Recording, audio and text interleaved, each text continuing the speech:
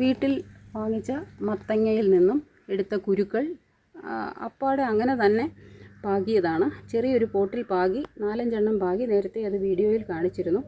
ഇപ്പോൾ അതൊരു 2 ആഴ്ച എടുത്തു അതിൻ്റെ വിത്ത് പൊട്ടി തിളിര് വരാൻ. അത് തിളിര് വന്നപ്പോൾ ഞാനതിനെ വെള്ളം ധാരാളം ഉണ്ടെന്ന് തോന്നിയ ഒരു സ്ഥലത്ത് 3-4 കിളിച്ച് വന്നതിനെ പാകി വെച്ചു. പാകി വെച്ചതിൽ ഒരെണ്ണം മാത്രമാണ് ഹെൽത്തി ആയിട്ട് വന്നത്. ബാക്കി ഒരെണ്ണം അവിടെ സൈഡിൽ ഇങ്ങനെ സൈഡിൽ നിൽക്കുകയാണ്. ബാക്കിയുള്ളതൊക്കെ ഒടിഞ്ഞു പോവുകയും തട്ടിപ്പോവുകയും ഒക്കെ ചെയ്തു. അപ്പോൾ ഇത് മാത്രം ഞാനിങ്ങനെ സൂക്ഷിച്ച് വെക്കാൻ പറ്റിയിട്ടുണ്ട്. ഇതിനൊരു 5 ഇല വന്നിട്ടുണ്ട്. നല്ല ഹെൽത്തി ആയിട്ടുള്ളൊരു തിളിരും വന്ന് നിൽക്കുകയാണ്. അപ്പോൾ ഇത് ധാരാളം പൂവും ധാരാളം തിളിരും ഒക്കെ കറി വയ്ക്കാൻ ലഭിക്കുകയും അതിൽ നിന്ന് ധാരാളം മത്തങ്ങ ലഭിക്കുകയൊക്കെ ചെയ്യുമെന്നുള്ള പ്രതീക്ഷയിലാണ്.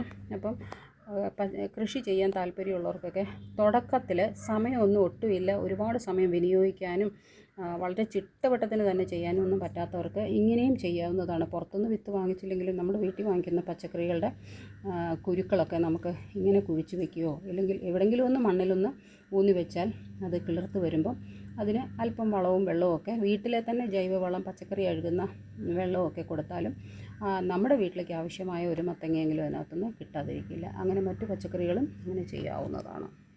അപ്പോൾ ഇതിൽ പൂവും കായും ഒക്കെ വരുമ്പം അടുത്ത വീഡിയോ കാണിക്കാവുന്നതാണ്.